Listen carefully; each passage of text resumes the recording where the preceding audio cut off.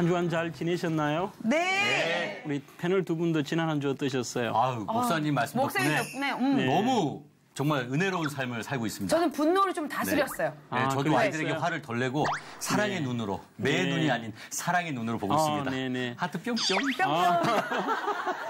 그래도 그렇게 고민하신다는 게 굉장히 보기 좋고 하나님 보시기에 예쁠 것 같아요. 아멘. 네. 우리가 뭐 한 번만 이렇게 바뀔 수는 없잖아요. 맞아요. 네, 그렇지만 고민한다는 자체가 귀하지 않나 그런 생각을 해봐요.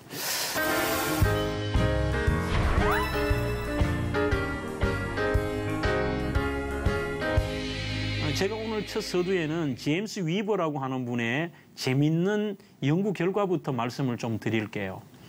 그분이 60여 명의 대학생들을 한자리에 모아놓고 성에 대한 이런 연구를 했던 결과가 나온 게 있습니다. 그게 어떤 것이냐면 60여 명의 대학생들을 5개 그룹으로 나누었습니다. 네.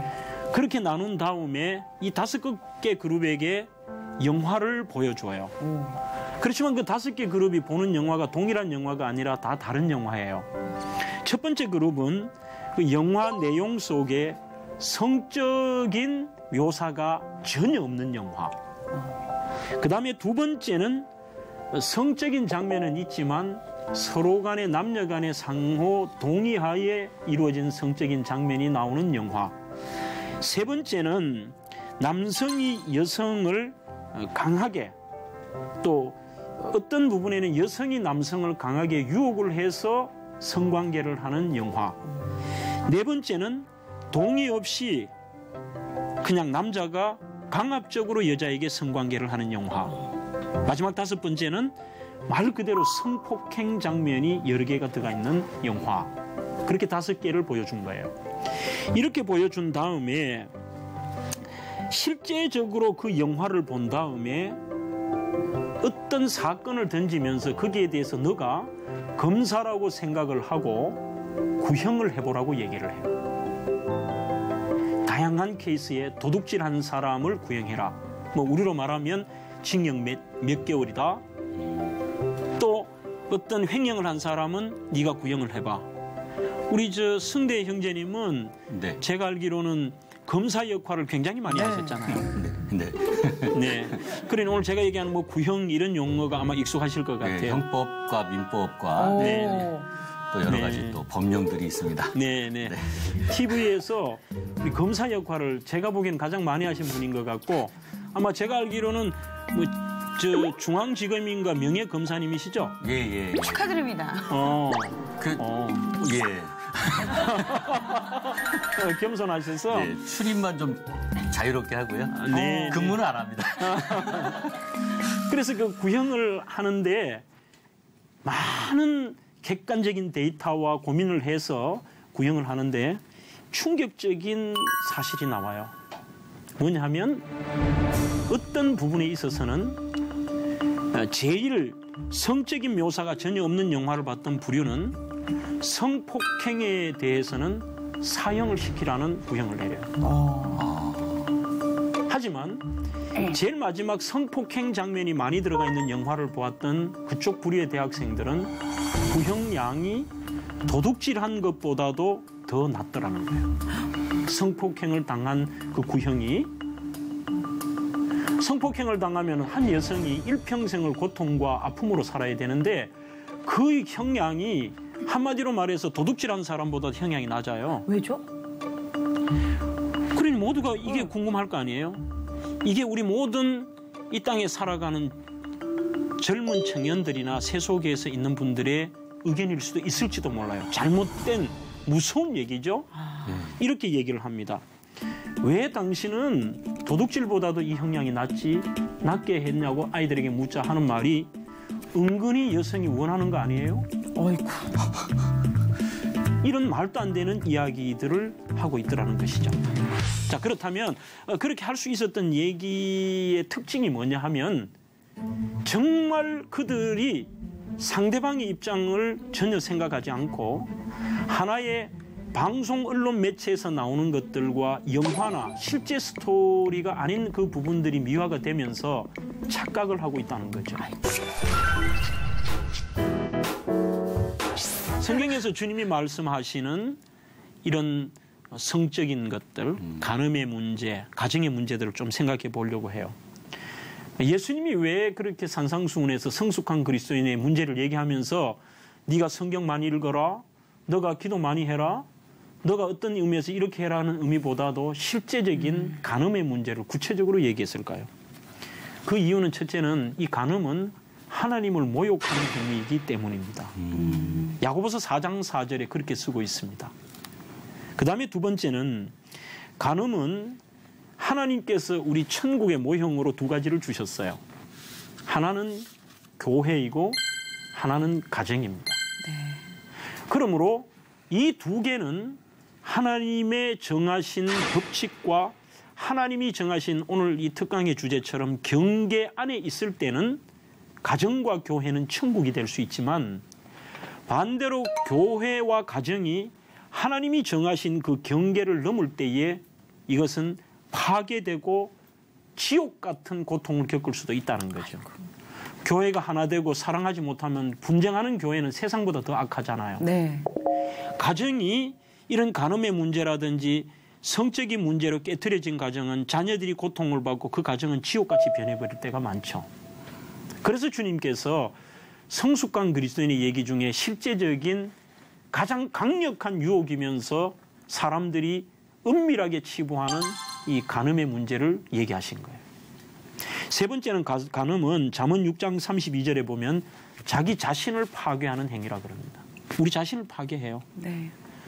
이 말도 안 되는 질문이지만 승대 형제님 바람 피워 보신 적이 없잖아요. 그렇죠. 있는 거 아니야?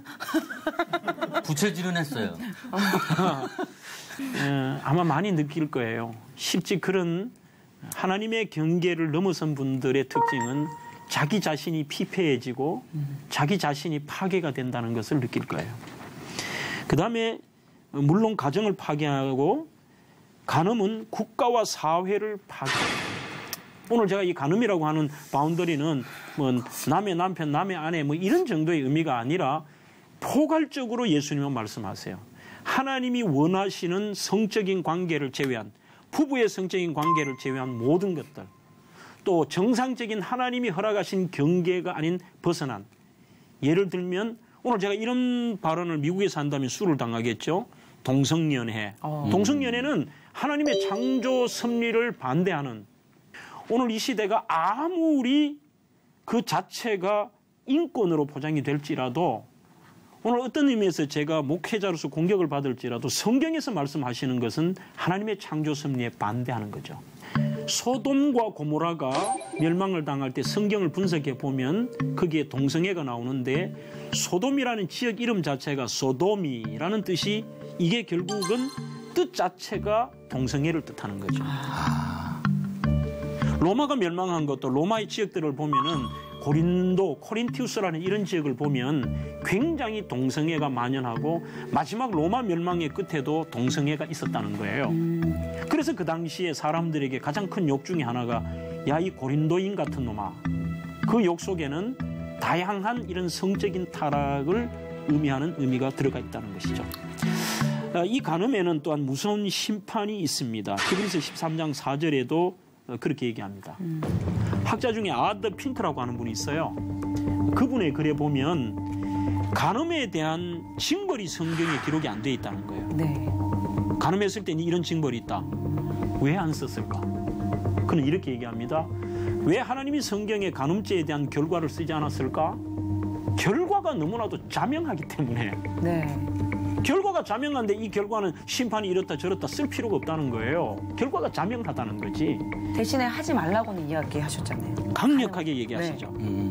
오늘 제가 그 다음 다룰 문제인데 우리가 생각하는 것보다 주님의 기준은 더 세부적이고 더 깊다는 거예요. 아멘.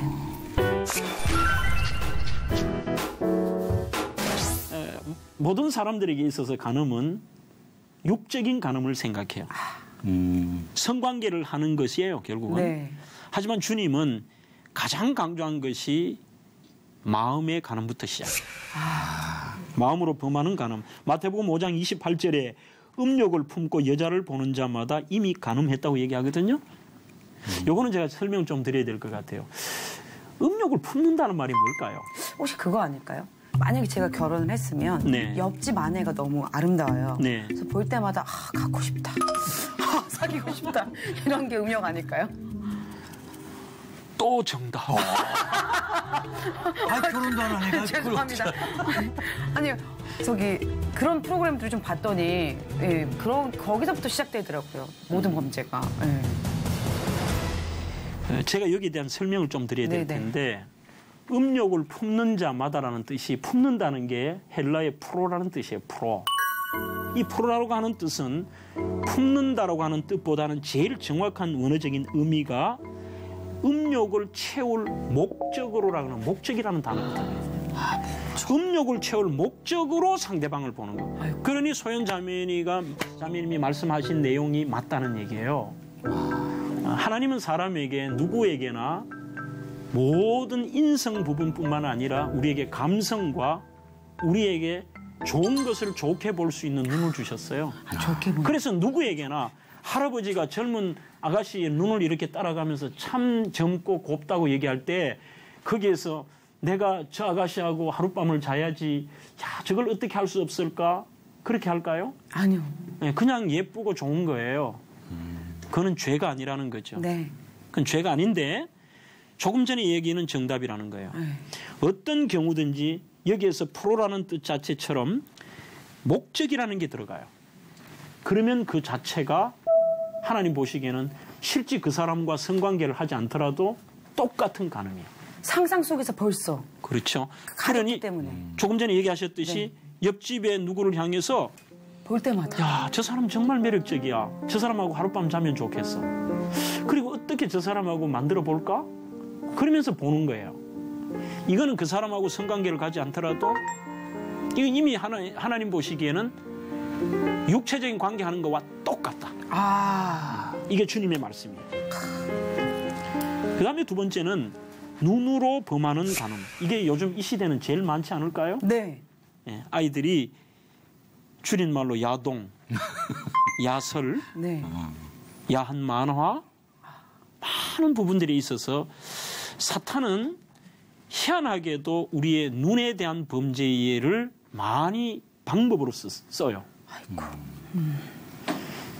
처음에 하와를 유혹할 때도 썼던 방법이 먹음직도 하고 그 다음에 두 번째 나오는 게 보암직도 하고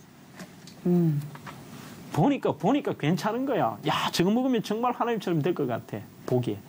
그러니 옆에 있는 내 신랑은 말이지 정말 저렇게 강팍하고 못됐고 구타까지 하는데 옆에 있는 참 흔히 말하는 이웃집 남자는 왜 저렇게 나이스해? 다정다감해. 왜 저렇게 아내에게 잘해주고 말 한마디 한마디가 완전히 이거는 시적이야. 나는 어떻게 저런 인간하고 하룻밤 못 자볼까? 그리고 쟤하고 내가 살면은 정말 행복할 것 같아. 그런데 그게 어디서 오느냐? 보는 것으로부터 시작해. 다 봤잖아요. 네. 그래서 사탄은 우리 눈에 죄 지은 것을, 이 중요한 얘기입니다. 포인트가 우리 눈에 죄 지을 것들을 좋게 보도록 만들어요. 좋게 보인다니까.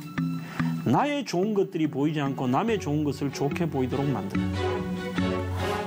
맞아. 그 다음에 세 번째는 말로 범하는 간음이에요. 음란한 말.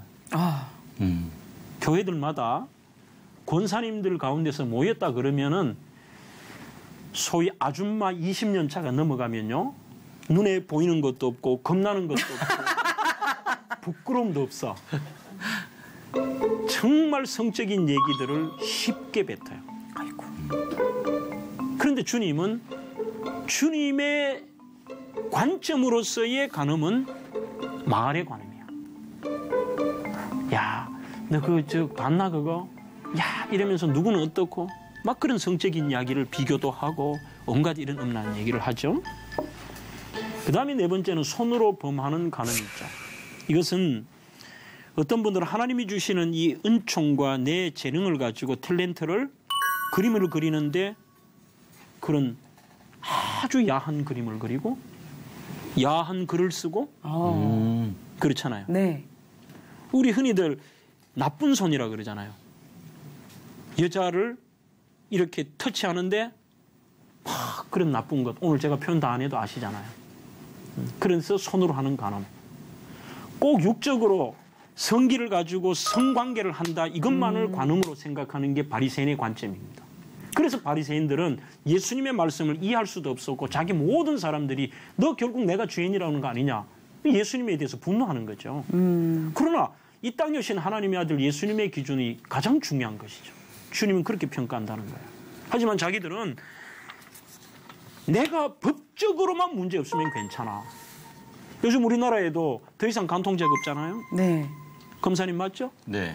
간통죄가 폐지됐습니다. 네. 폐지가 되었으니까 법적으로는 문제 없는 거죠. 내가 이웃집 아내와 관계를 가져도 아무 문제 없어요. 내가 폭행을 하지 않는 한 서로 상호 합의하에 하면 우리나라는 문제가 없어요. 그렇지만 하나님의 우리 예수님의 생각 속에는 마음, 생각, 심지어는 뭐 우리가 손으로 하는 것, 말로 하는 것까지의 이 범주가 굉장히 넓다. 하지만 당시의 바리새인들의 모습은 반대죠.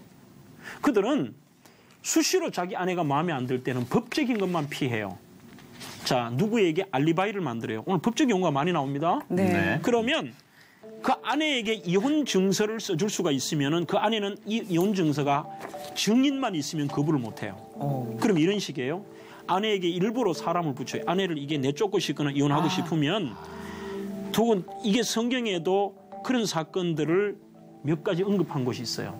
그러면 이 아내가 누구 다른 남자하고 있으면 일부러 어떤 다른 사람 돈을 고용한다든지 알리바이를 만들어요. 만든 다음에 거기에 증인을 붙여서 봤어. 현장에서 봤어.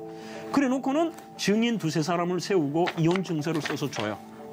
그러면 이 여인은 다른데 부도덕한 여인이 되고 돌에 맞아 죽을 수도 있고 평생을 혼자 한 맺히게 억울한 누명을 풀 수도 없는 이게 없어요.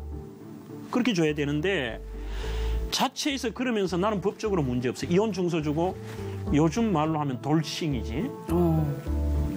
돌아온 싱글이 되면서 자기 원하는 여자하고 별짓을 다 해. 나는 문제 없어. 이렇게 부도덕하고 그래서 예수님께서 요한복음 8장에서 현장에서 간음하다 잡힌 여인에게 주님께서 죄 없는 자가 돌로 치라고 할 때에 자꾸 자기들의 가슴쯤에 돌을 내려놓고 가요. 이런 일을 벌이기 때문이에요. 그래서 주님이 바리새인들을 그들의 속에 이 더러운 것들을 바라보며 회칠한 무덤이라고 합니다.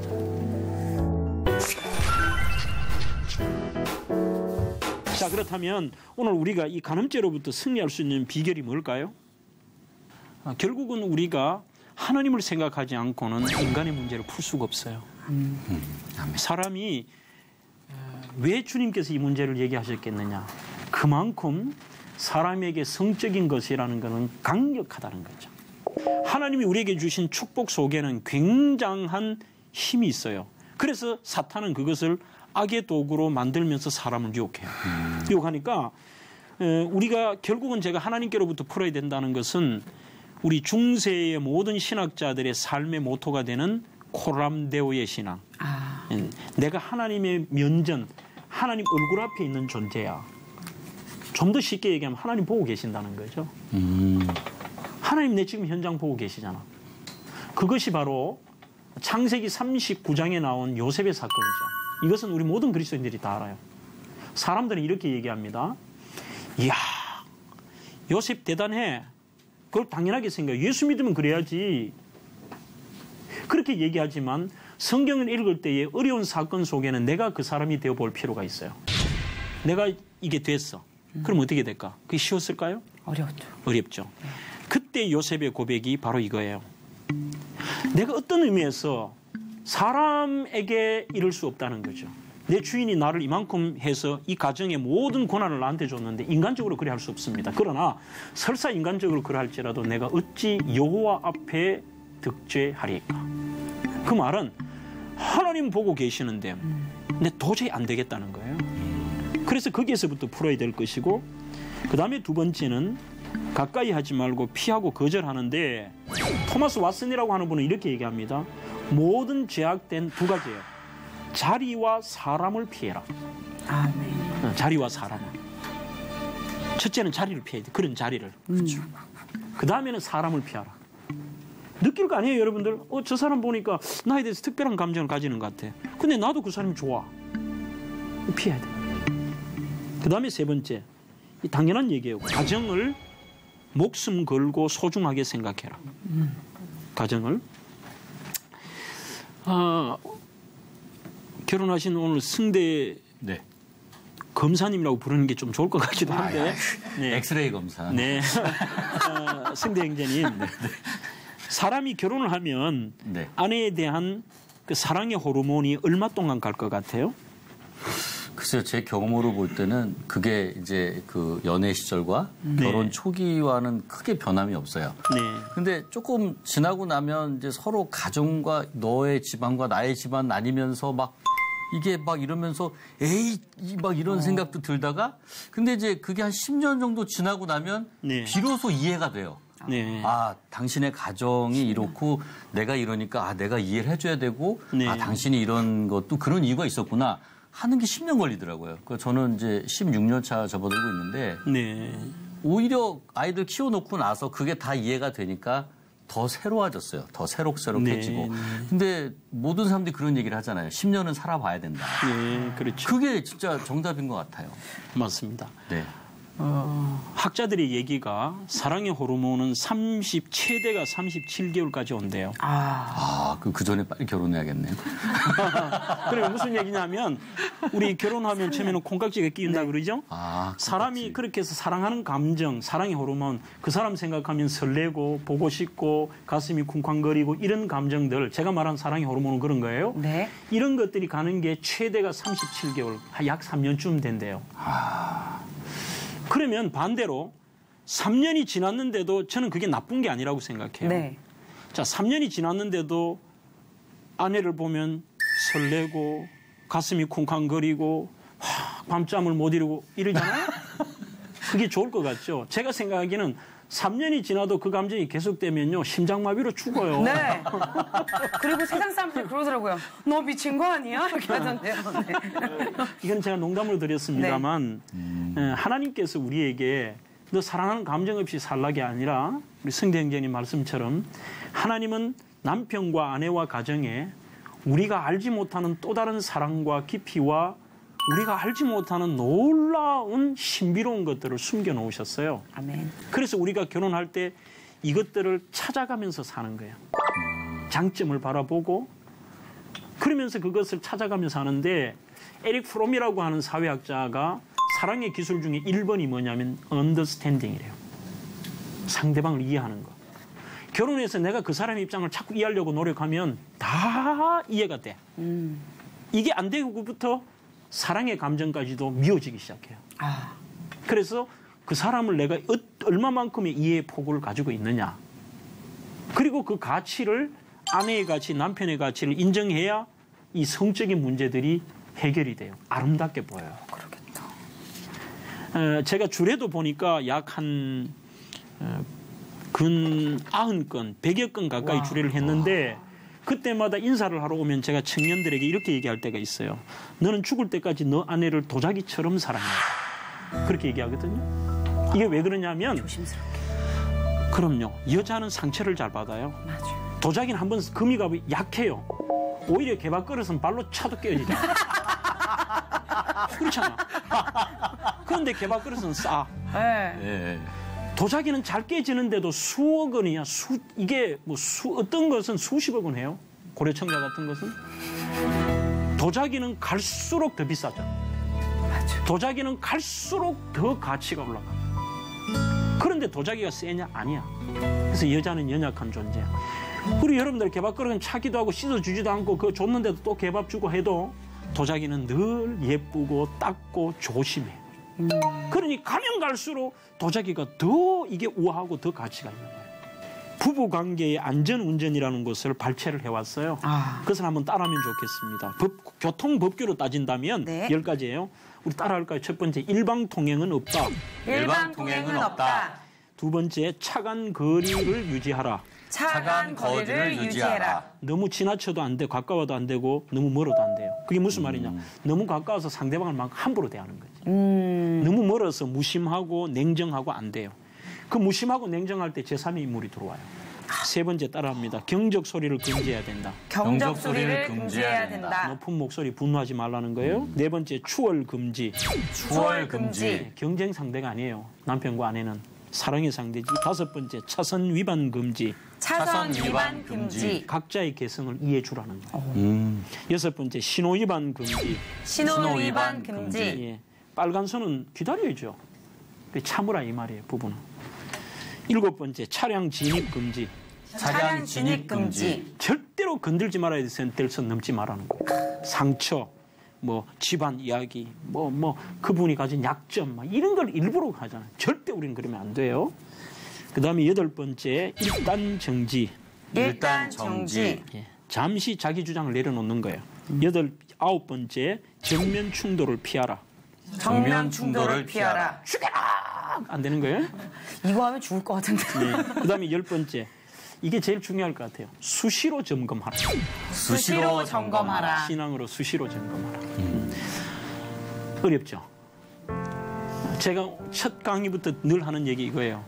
지금부터 이거 다 지키는 사람 없어요.